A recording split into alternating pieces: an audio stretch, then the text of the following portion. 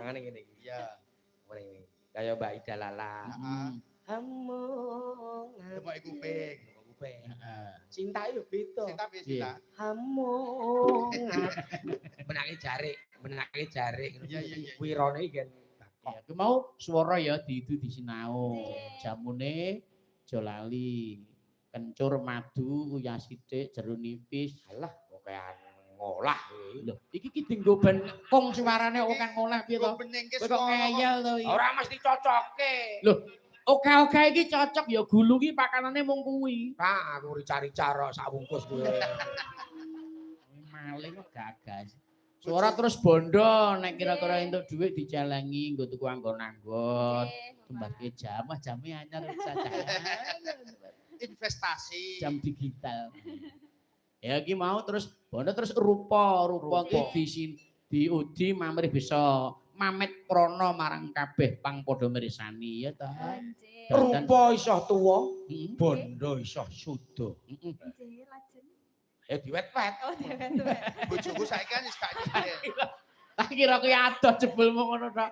Nyok tenan kowe iki. Lah kan mergo bondo karo rupa Ya. rupa iso tuwa, bondo iso suda. Wong melarat bakale oncat, wong sugih bakale mulih. Lho. Wong pinter mesti wis tau ngiler. Kagem Mas Bagong Al-Fatihah. Alhamdulillah. Dongake men sehat. Ya. Amin. Terus ki, ayo. Bojoku kan saya saiki nyanyi hadroh, Bang. Apa ya? Nggih, Pak. Penyanyi hadroh bojoku kula sakniki. Oh iya.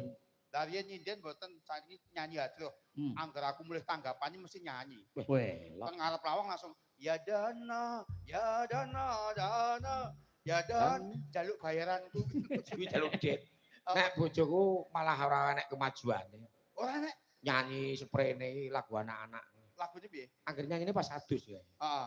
Lagu anak-anak itu lho, karo kosokan ngono kuwi. Lihat kebunku penuh dengan bunga, ada yang putih. Karo adus.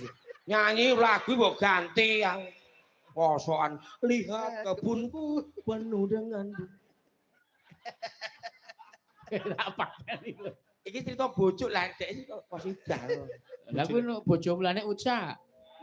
Nek kula pripun? Lihat kebunmu. Anu kok usah. Anu buduhe tenang nyanyi. Terus ki ya ucak. Rasane kene kok tak plathok mbeduraimu. Kok ora ganti cocak rawa kok. Ya.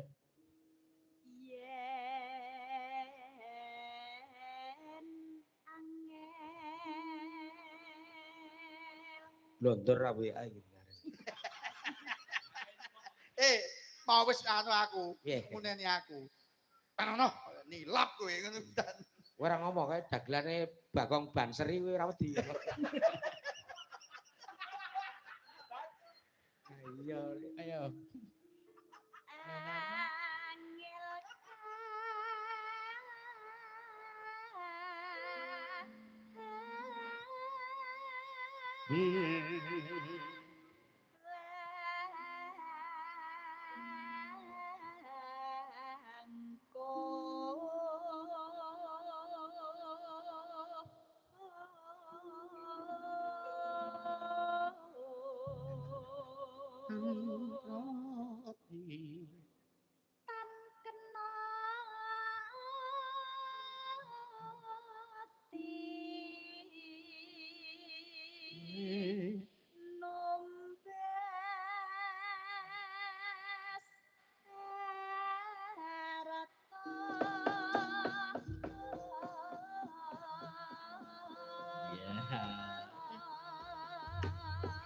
Cengkake nganggo dikuwel barang.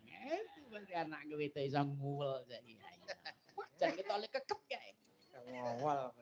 Nguwel Pak De. Nguwel apa iki? Bagong iki lambemu iki lho. Nguwel sing kok swara kuwi sing. Oh, ya. Nguwel iki kanggo balane nduk kan kena ati numbas ya. Numbas. Terus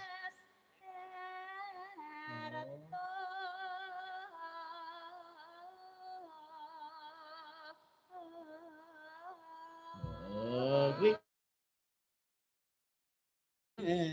ngono kuwi kok awal. Gregel ngono kuwi lho. Pikiramu reget ae.